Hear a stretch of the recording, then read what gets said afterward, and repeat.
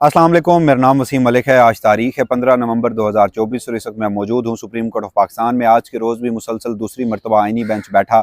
16 मुकदमात की समाअत हुई, मगर उनकी तफसीलात में जाने से बेहतर है कि मैं आपको कुछ उनके चीदा चीदा नुकात वीडियो के आखिर में इसलिए ज़रूर बता दूंगा कि अगर तफसीलात बताई तो मैं ये समझता हूँ कि इस वक्त सुप्रीम कोर्ट ऑफ पाकिस्तान में जो कुछ हो रहा है वो आपके और मेरे वक्त के ज़िया के मुतरादिफ है। और दूसरी तरफ गुज़श्ता रोज़ इन 26वीं आइनी तरमीम के बावजूद भी साबिक़ वज़ीर आज़म इमरान खान ने ना सिर्फ सुप्रीम कोर्ट ऑफ पाकिस्तान को बल्कि बिलखसूस इस 6 रुकनी आइनी बेंच और जस्टिस अमीनुद्दीन खान को खासी मुश्किल में और कटहरे में खड़ा कर दिया है। और उसके साथ साथ चीफ जस्टिस याहिया अफरीदी के अपने फैसलों से जो उन्होंने अपने हाथ काटे थे अब वो भी बिल्कुल बेवकत हो चुके हैं और उनकी कमरा अदालत भी है वो इंतहाई गैर अहम हो चुकी है। साफ़ी भी वहाँ पर जाना अब पसंद नहीं करते और अब चीफ जस्टिस याहिया अफरीदी की activities supreme court of Pakistan में सिर्फ इस हद तक रह गई हैं कि वो मुख्तलिफ ब्रांचेस के दौरे करते हैं और उसके बाद एक प्रेस रिलीज जारी हो जाती है। मुख्तलिफ जामियात के जो वाइस चांसलर्स हैं उनसे बात करते हैं, रजिस्ट्रार से मुलाकातें होती हैं और अदालती जो इस्लाहात हैं, पता नहीं वो कौन सी अदालती इस्लाहात हो रही हैं। 26वीं आइनी तरमीम के बाद सुप्रीम कोर्ट ऑफ पाकिस्तान को तो अमलन दफन कर दिया गया है। उस कब्र में जो साबिक चीफ जस्टिस और पाकिस्तान की 77 साल अदालती तारीख के एक सियाह तरीन बाब जिन्हें जस्टिस मंसूर अली शाह ने अदालती गद्दार के नाम से लिखा था और रिकॉर्ड पे चीज़ें की थी, तो उनकी जो खोदी गई कब्र है उसमें दफन हो चुकी है सुप्रीम कोर्ट ऑफ पाकिस्तान। लेकिन गुज़श्ता रोज़ एक बड़ी डेवलपमेंट इस सूरत में सामने आई थी कि साबिक वज़ीर आज़म इमरान खान ने एक अहम तरीन दरख्वास्त जो है वो सुप्रीम कोर्ट ऑफ पाकिस्तान में दायर की थी। तो उसकी दरख्वास्त के नुकात क्या हैं, मुहर्रिकात क्या हैं, मुस्तकबिल में उस हवाले से क्या कुछ हो सकता है, ये तमाम तर जो तफसीलात हैं आज की इस वीडियो में आपके सामने रखूँगा। और फिर वीडियो के अख्ताम में आज जो आइनी बेंचेस में कुछ अहम तरीन चीज़ें हुई हैं वो भी आपके सामने रख दूँगा। सबसे पहले हम शुरू करते हैं साबिक वज़ीर आज़म इमरान खान की उस दरख्वास्त पे।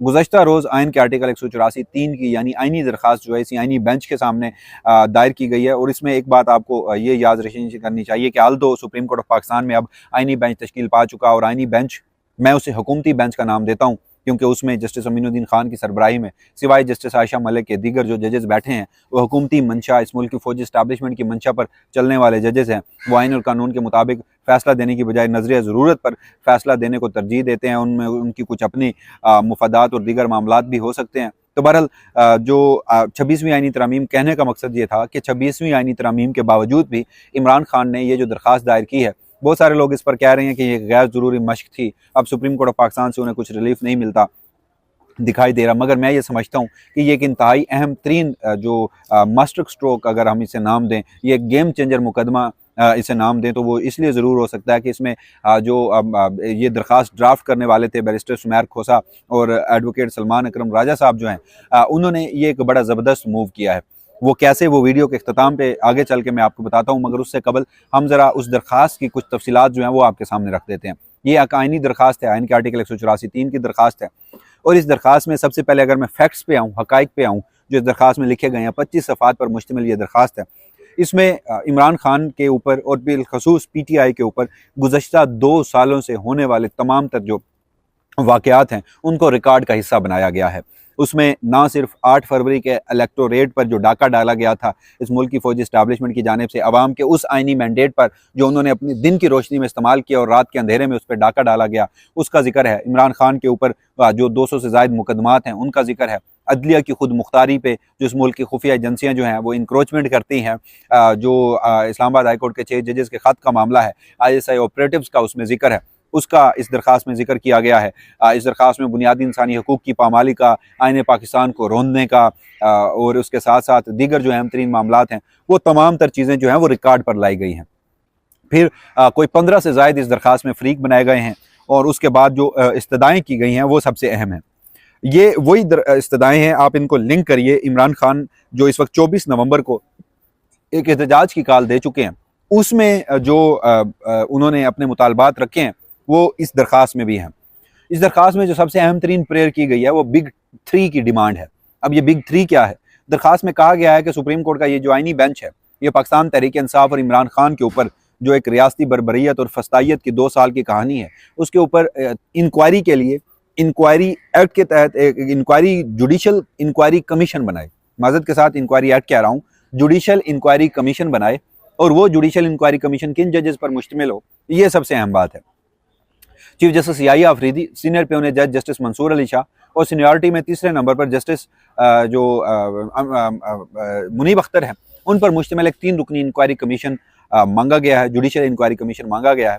और इसमें अब होगा क्या, देखिए अब ये तो वाज़ेह है कि मुझे भी ऑनेस्टली अगर मैं आपको बताऊं तो मुझे ये जो दरख्वास्त है ये इंटरटेन होती नज़र नहीं आ रही।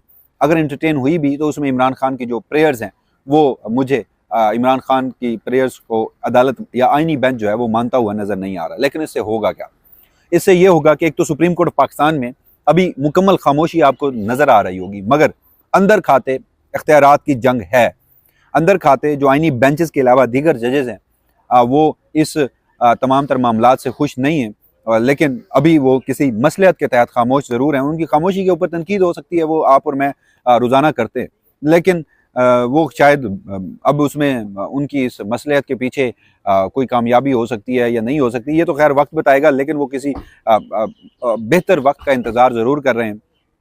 लेकिन जो इख्तियारात की जंग है, तो इमरान खान ने उस आईनी बेंच से वो सब मांग लिया है जो 26वीं आईनी तरमीम से उन 3 जजेस को सुपरसीड करके उनसे वापस लिया गया था। और दूसरा, ये सारे मामलात जो हैं ये ऑन रिकॉर्ड हैं, इसमें कोई शक नहीं, मगर एक मरतबा फिर जब ये पिटीशन जो है वो टेकअप होगी तो ये मामलात एक मरतबा फिर रिकॉर्ड पर आएंगे। आप ज़रा कमरा अदालत का माहौल इमेजिन कीजिए, सलमान अकरम राजा हों, पाकिस्तान तहरीक इंसाफ के दीगर वकला हों, वो कमरा अदालत में खड़े हों, 6 रुकनी या 7 रुकनी आईनी बेंच जो है वो बैठा हो, या ये पिटीशन जब लगती है उस वक्त की जो आईनी बेंच की साख्त है वो जजेस बैठे हों, तो फिर इमरान खान के जो वकला हैं वो इस दरख्वास्त को पढ़ें, वो तमाम तर चीज़ें जो हैं वो अदालती रिकॉर्ड पर लाएँ, और जब अदालती रिकॉर्ड पर हों तो वो इस मुल्क की मेन स्ट्रीम मीडिया और सोशल मीडिया पर रिकॉर्ड हो रहे हों, तो उस वक्त वो जो एक स्टांस बनेगा, उस वक्त जो एक इन्वायरमेंट होगा वो पाकिस्तान तहरीक इंसाफ के हक में होगा। और चीज़ें मैं ये समझता हूँ कि रिकॉर्ड पर लानी चाहिए। सिस्टम के अंदर रहकर भी आपने सिस्टम के खिलाफ जंग करनी है, और फिर आपने स्ट्रीट पावर जिस तरह 24 नवंबर का जो एहतजाज है उसमें भी आपने जो जोरे बाजू है उसको आजमाना है, और इमरान खान दोनों ये जो स्ट्रैटेजीज़ हैं ये लेकर चल रहे हैं। तो इससे मुझे ये लगता है कि आईनी बेंच भी आजमाइश में होगा, और फिर अवामी ट्रायल। मैं बार बार एक बात कह चुका हूँ कि इस आईनी बेंच में शामिल मुझे अभी तक जो जस्टिस आयशा मलिक हैं उनके अलावा तमाम 6 के 6 जजेस जो हैं वो अवामी ट्रायल का सामना इसलिए करेंगे कि वो मुतासिर होते हैं सोशल मीडिया से, मेन स्ट्रीम मीडिया से। जब हम साफ़ी बात कर रहे होते हैं तो वो उस चीज़ को देख रहे होते हैं, और फिर जब उनके ऊपर अवामी ट्रायल होगा तो वो कोई इतने स्ट्रॉन्ग हेडेड जजेस या इतने उस हद तक बड़े मोअज़्ज़ज़ जजेस हैं, लेकिन होता ये है कि एक जज जो बहुत काबिल है, जो चीज़ों का असर अपने ऊपर नहीं लेता, और एक ऐसा जज जो मुतासिर होता है चीज़ों से, तो इस बेंच में बैठे वो जजेस हैं। तो उनका अवामी ट्रायल जब हो रहा होगा तो उनके लिए भी शदीद मुश्किलात जो हैं वो होंगी। ये इनमें से कुछ जजेस ऐसे हैं जो पॉपुलर अप्रोच जो है, पॉपुलर नैरेटिव जो है वो लेना पसंद करते हैं, चाहे रिमार्क्स की हद तक भी हो। तो ये एक बड़ी डेवलपमेंट ज़रूर थी कि आपने 26वीं आईनी तरमीम के बावजूद भी सुप्रीम कोर्ट और बिलखसूस आईनी बेंच को जो है वो इम्तिहान में ज़रूर डाला है। तो ये गुज़श्ता रोज़ की डेवलपमेंट थी, इसके ऊपर मैंने बात नहीं की थी, तो सोचा ये मामला जो हैं वो आपके सामने रख दूँ। दूसरे नंबर पर आज के रोज़ मुसलसल दूसरी मरतबा आईनी बेंच बैठा है। गुज़श्ता रोज़ 18 मुकदमात की समाअत थी, वो गुज़श्ता वीडियो में मैं आपके सामने रख चुका। आज 16 मुकदमात की समाअत हुई है, और गालबन 7 से 8 मुकदमात ऐसे हैं जिनकी दूसरी तारीखें पड़ी हैं, किसी में नोटिस हुआ है, किसी में जवाब तलबी हुई है। बाकी जितने भी मामलात थे वो निपटाए जा चुके हैं। और इसमें जो गुज़श्ता रोज़ एक चीज़ सामने आई थी वो ये थी कि 3 मुकदमात ऐसे थे जिसमें इन 6 के 6 जजेस ने बढ़ चढ़ कर ये रिमार्क्स दिए कि पार्लियामेंट का काम है कानून साजी करना, पार्लियामेंट का इस्तेहकाक है, और अदालत जो है वो पार्लियामेंट को इस हवाले से कोई डायरेक्शंस नहीं दे सकती। आल्दो के वो इनफ्रैक्शियस गैर मौसर किस्म के मुकदमात जो हैं वो इस बेंच के सामने लगाए गए हैं, अभी तक कोई लाइव मैटर जो है इस तरह का वो समाअत के लिए मुकर्रर नहीं किया गया। लेकिन उसमें इन जजेस ने अपना माइंड इस सूरत में डिस्क्लोज कर दिया है कि कल को 26वीं आईनी तरमीम भी लगती है तो फिर उससे क्या होगा, उस पर भी यही कहा जाएगा कि ये पार्लियामेंट का इस्तेहकाक है। तो ये जो हुकूमती खुशनुदी है, हुकूमती मोहब्बत है जो उस आईनी बेंच पे हावी हो चुकी है, आल्दो कि हम ये रिपोर्ट भी कर चुके हैं, हम सब ये जानते भी हैं कि ये आईनी बेंच जो बनाया गया है ये ऐसे नहीं बनाया गया, इसमें वफाकी हुकूमत और इस मुल्क की फौजी इस्टेब्लिशमेंट के स्टेक्स हैं। गारंटियों और पूरी इतमाद साजी के बाद इन जजेस को नॉमिनेट किया गया, सिवाय जस्टिस आयशा मलिक के, जिसके बारे में वफाकी हुकूमत भी ये कहती है कि हमने दिल पर पत्थर रख कर उनका नाम जो है वो आईनी बेंच में नामजद किया, क्योंकि अभी जब 17 जजेस मजीद नए इंडक्ट होने हैं उनसे पहले सुप्रीम कोर्ट में उन्हें मजीद जजेस की तलाश थी जो उन्हें पूरे नहीं मिल रहे थे।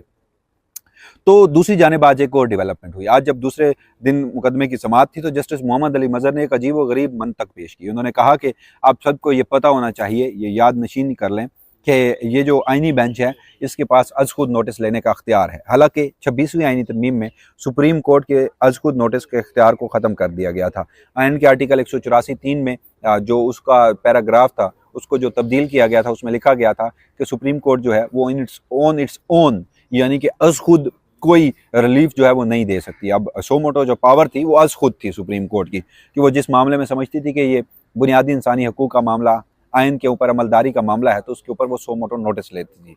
तो वो कहा गया कि अनटिल अनलेस जो जिन पैरामीटर्स में दरखास्त में जो इस्तदाएँ की गई होंगी, आइनी बेंच भी उस डोमेन से बाहर नहीं जा सकता। लेकिन जस्टिस मोहम्मद अली मज़हर उन्होंने आज एक तशरीह ये ज़रूर कर दी कि ये आइनी बेंच जो है वो समाअत कर सकता है। तो बहरहाल मेरा एक मौक़िफ़ ये है कि आपने 26वीं आइनी तरमीम कर ली, जिस तरीके से भी कर ली, लेकिन आप उस 26वीं आइनी तरमीम के नतीजे में वो आइनी बेंच है, आप तो उस 26वीं आइनी तरमीम की कदर कीजिए, उसकी जो एसेंस है उसके ऊपर पूरा उतरिए। मगर जैसे ज़मीनुद्दीन खान हो, जैसे मोहम्मद अली मज़हर हो, जैसे जमाल मंदोखेल हो, ये पूरा ये आइनी बेंच हो, ये 26वीं आइनी तरमीम में भी पूरा उतरता नज़र नहीं आ रहा। तो ये बहरहाल अब तक की डेवलपमेंट थी।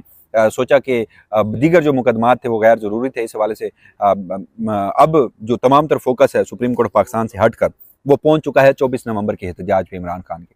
24 नवंबर का इमरान खान का जो एहतजाज है वो कामयाब होता नज़र आ रहा है, नहीं आ रहा, लोग निकलेंगे नहीं निकलेंगे, इस हवाले से तैयारियां क्या की जा रही हैं। जो कन्वेंशन बुलाए गए हैं, जो पंजाब के MPs MNAs को हिदायत जारी कर दी गई हैं, जो सेनेटर्स को हिदायत जारी कर दी गई हैं, बुशरा बीबी और अलीमा खान के एक्टिव होने की भी इतलात हैं। तो इन तमाम तर मामलात पर एक और वीडियो में तफसीलात आपके सामने रखूँगा। तब तक के लिए मुझे यानी वसीम मलिक को अपने इस प्लेटफॉर्म से दीजिएगा इजाज़त। अल्लाह के बाद।